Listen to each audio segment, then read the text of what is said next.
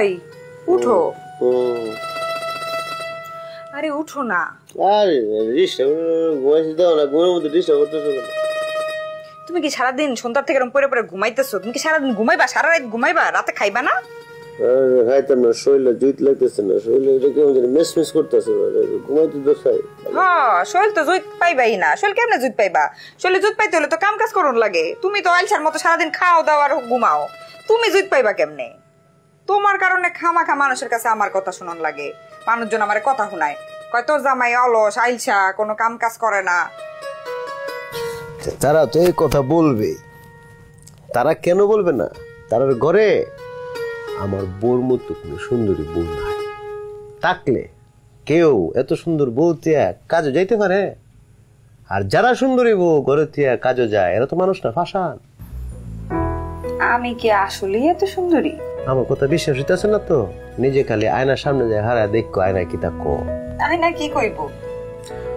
কয় আয়না হয়ে আজকে আমার জীবন সার্থক, কারণ আমার সামনে নয়নের বউ এসে হারায়া তার চুলগুলো আশ্রাইছে, তার গালে সুনু পাউডার মাখছে, তার টুটে লিপস্টিক দিছে। আয়না এই কথাগুলো কয়। যাও, আয়না কি কথা কইতে পারে? যদি আয়না কথা কইতে পারতো তাইলে আয়নায় আমি যে কথাগুলো বলছি না এগুলোই বলতো। আসলে তুমি আমার অনেক ভালোবাসো তো, এই কারণে তোমার কাছে আমার এত সুন্দরী মনে হয়। জি না, আমার বউটা আসলে অনেক সুন্দর। হইছে, থাক আর বউয়ের প্রশংসা করন লাগবো না। এখন চলো, আব্বা ওয়েট করতেছে, খাইতে যাবা। আমি আর খাইতাম না, আমার শরীরে ভালো না, আমি হইতে পারি তোমরা যা আমি পরে খাই, আমি খাইতাম না। আরে তুমি শুইতে যাইতেছো কেন?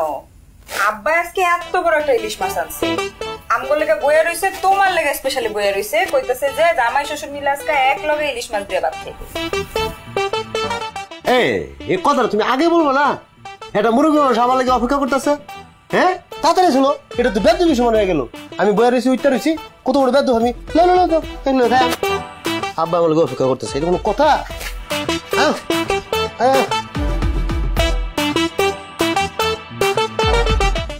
আব্বা দে আজকে আম্মা ইলিশ মাছটা মনে হয় সেরকম ফার্স্ট ক্লাস হয়েছে, বুঝছেন? যে সুন্দর ফ্লেভার বাড়াইতেছে, পুরো বাড়ি চক্কর খাইতেছে ফ্লেভারটা। দুলা ভাই, আজকে কিন্তু আপনি গোসল করেন নাই, শুধু হাত মুখটা ধুইয়ে চলে আইছে।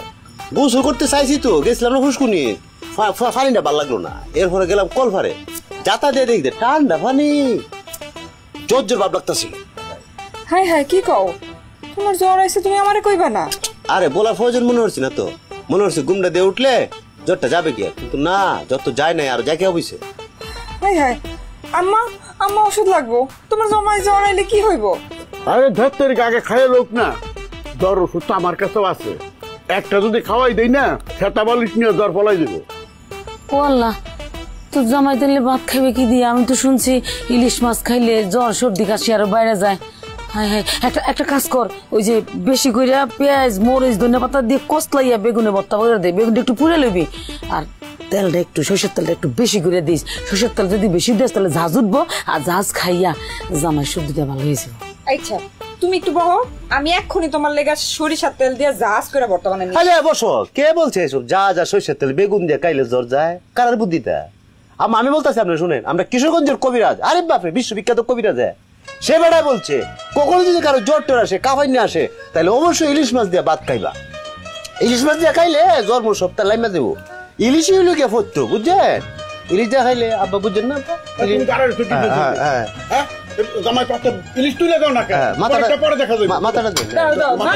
আমারটাও তোমার জামাইকে দিয়ে। আরে মাথাটা খাইলে তারপর তো তোমারটা খাইতেছে, অসুবিধা। দুলা ভাই, কাটা দেখা খাইয়েন, আবার হাফুর উপর খাইলে একেবারে গলায় দুলবো। চুটু মানুষ মতো, তা না কেন গ্যারি মিনসের মতো বড় মোড়া মোড়া কথা বলতেছ? খাও আমরা। হ্যাঁ,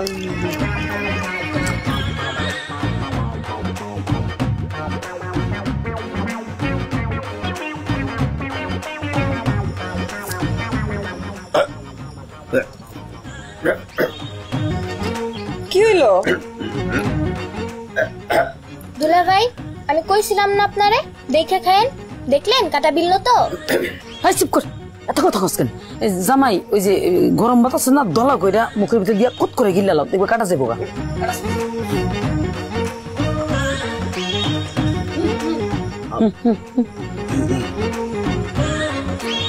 গেছে? আল্লাহ আবার কি হলো? যায় নাই? আম্মা আরে যাইবো কেমন করে? ভাত ভাত খাবে খেলে যায়? ভাত হলে যে এমনি করে মুঠের মতো বানায় মুখে দিয়ে কেলার মতো দিলে খাও, তারপরে যাইবো। আম্মা পানি দাও। পানি দাও।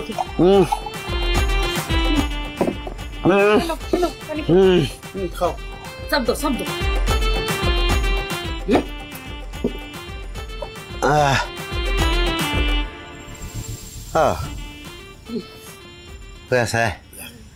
আমি তো মনে করছিলাম না আজকে মাছটা কা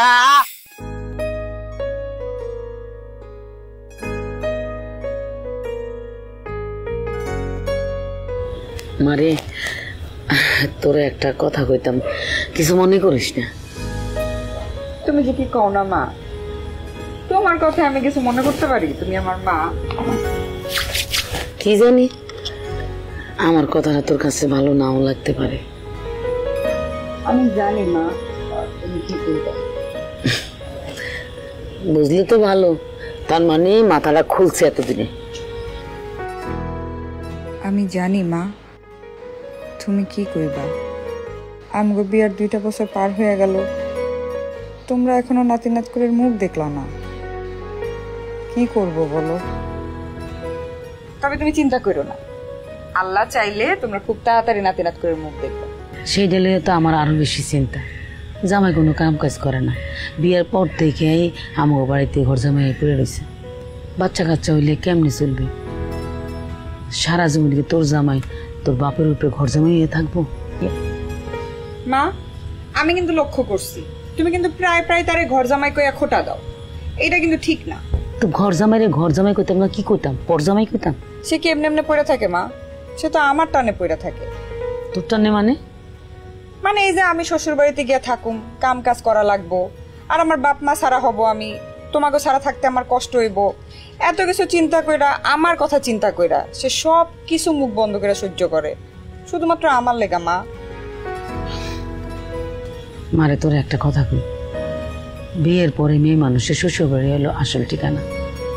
যদিও আমি তো বাপের লেগা শ্বশুর বাড়িতে যাই সংসার করতে পারি নাই, আমি আরেকটা বিষয় খেয়াল করছি, ঘর জামাই রে কেউ সম্মান করে না। বুঝছি, আসলে আমারে তোমরা বোঝা মনে করো। আমারে তুই উল্টা বুঝিস না মা, জামার হইলে গ্রামের মানুষ কানাঘুষা করে। এখনো সময় আছে, জামারে একটু বুঝা। তোকে বাচ্চা কাচ্চা হইলে তোরা কেমনি চলবি? আমরা তো সারা জীবন বেঁচে থাকবো না। তাছাড়া দেখ রূপালীকে স্বামী সংসার লইয়ে কি সুন্দর দিন কাটাইতেছে। আরেকটা কথা, রূপালী জামাই যখন আমাকে বাড়িতে বেড়াইতে আসে সবাই তাদের দাওয়াত দিয়া খাওয়ায়, অথচ বড় জামাই রে মারে আমারে ভুল বুঝিস না, আমি যা বলছি তোর ভালোর জন্যই বলছি।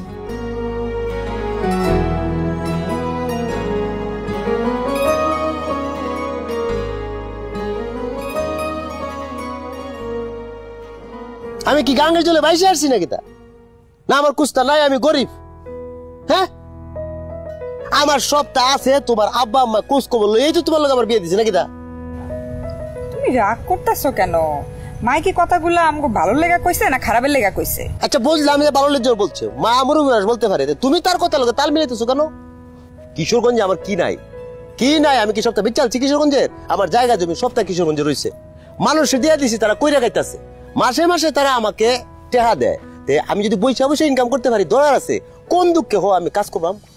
ওইটা না হয় এখন বুঝলাম, কিন্তু যখন বাচ্চা কাচ্চা হবে তখন কি করবা? আরে মুশকিল রে, বাচ্চা কাচ্চা আসতে দাও, তারা আসুক, তারপর টাফার দেখা যাবে, তারা ব্যবস্থা করতেছে। আমি কিন্তু সবাই তো তোমার ঘর জামাই কইয়া অপমান করে। আজকালকার মানুষ একজন আর যে অপমান করে আরাম পায়, তারা আমার অপমান করে যদি আরাম পায়, ফাও অসুবিধা কি? তা আচ্ছা মনে করো আমি তোমার 100 টাকা দিলাম, তুমি নিলা না, এই টাকাটা কই যাবো?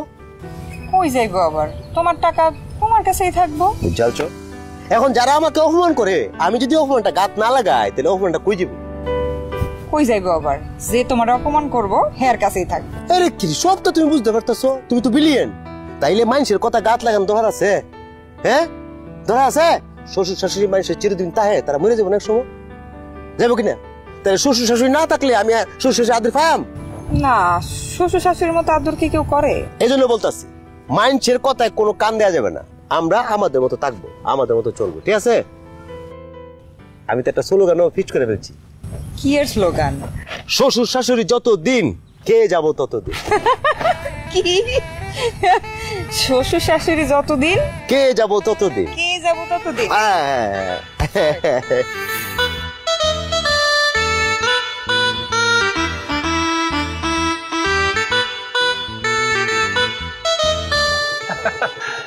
আয় বলছি নামো। মা, আব্বা, দীপালি। ওই দেখো কেরা আসছে, আসো।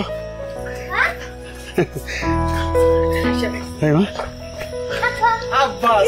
ওয়ালাইকুম সালাম। থাক থাক থাক বাবা, থাক থাক থাক থাক। আব্বা কেমন আছেন? আমি ভালো আছি, তোরা কেমন আছো? মা ভালো আছেন? মা, আপা দুলাভাই কই? আরে তোর আপা একটু শুয়ে দিছে। কি ব্যাপার মা, কোনো খুশির খবর আছে নাকি? আর না, মাথা ব্যথা। তোর সমস্ত কথা বাদ দাও বাবাজি, রাস্তায় আইতে কোনো অসুবিধা নাই তো? অসুবিধা হবে কেন আব্বা, আমার মোটর সাইকেল আছে না। মোটর সাইকেল তো না, যেন বাঘের বাচ্চা, 100 টান। এই যে এতখানি রাস্তা যে আসলাম, আর মনেই হইলো না।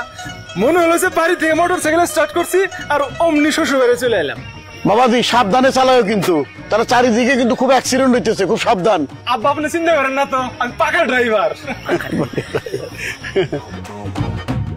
এই যে পালি, মিষ্টি নে। আবার মিষ্টি নিয়ে এসে দেখো। জামাই আপা আসসালামু আলাইকুম। ভালো আছো? আছি ভালো, ভালো আছেন? হ্যাঁ, আসতে কোনো সমস্যা হয়নি তো? না না। কি রে আপা, তোর নাকি শরীর খারাপ? কই তেমন কিছু না, একটু মাথা ব্যথা করতেছে। মাথা ব্যথা করতেছে, আমি ট্রিটমেন্ট করতেছিলাম ঘরের মধ্যে। হ্যাঁ তা তোমারও হুন্ডা সার্ভিস কেমন চলতেছে? হুন্ডা কেমন কি? পুরা আগুন দুলাভাই। কম টাকার বাইক নাকি যে ঝামেলা করবো? দুলাভাই এক কাজ করতে পারেন, আপনি একটা বাইক কিনা ফেলান।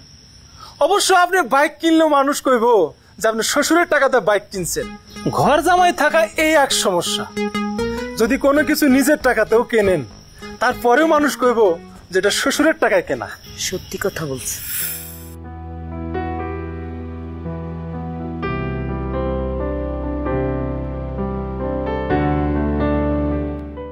কই নিয়ে যাইতেছিস তুই আমারে?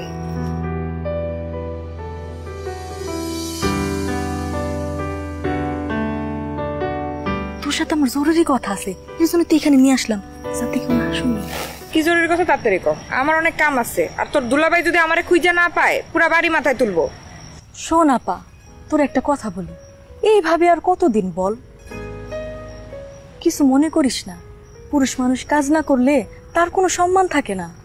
আর সে যদি হয় ঘর জামাই, তাহলে তো তার ভাইসা থাকা আর মইরা যাওয়া সমান কথা। এমন তো না যে দুলাভাইয়ের ঘর বাড়ি নাই। এখন যদি সংসারটা না গুছাস, তাহলে তো পরে হিমশিম খাবি। আরে তুই তো সবই জানোস, আসলে মানুষটা আমার অনেক ভালোবাসে। আর আমার অনেক ভালোবাসে দেখে সে চায় না যে আমি আমার বাপ মা ছাড়া হই। আমারে কষ্ট দিতে চায় না সে। মেয়েরা বিয়ের পর স্বামীর বাড়ি যাবে, এটাই তো নিয়ম। আমি কি শ্বশুর বাড়ি যায় সংসার করতেছি না? আমার দুঃখে আব্বা আম্মা মইরা যাইতাছে নাকি আমি মইরা যাইতাছি, তুই বল। সবই তো বুঝছি, কিন্তু তোর দুলাভাই তো কয়। সে যাই বলুক, তোর শক্ত হইতে হবে। শোন, দুলা ভাইয়ের এখন শক্তি আছে কাজ করার। সে যদি এখন কাজ না করে, তাহলে কখন করবে? আল্লাহ না করুক, যদি সে অসুস্থ হইয়া বিছনায় পড়ে যায়, তখন তো পুরা সংসার তোর টানা লাগবে। এখনো সময় আছে, তুই দুলা ভাইরে বুঝা। আপা, তুই একটা জিনিস খেয়াল করছিস?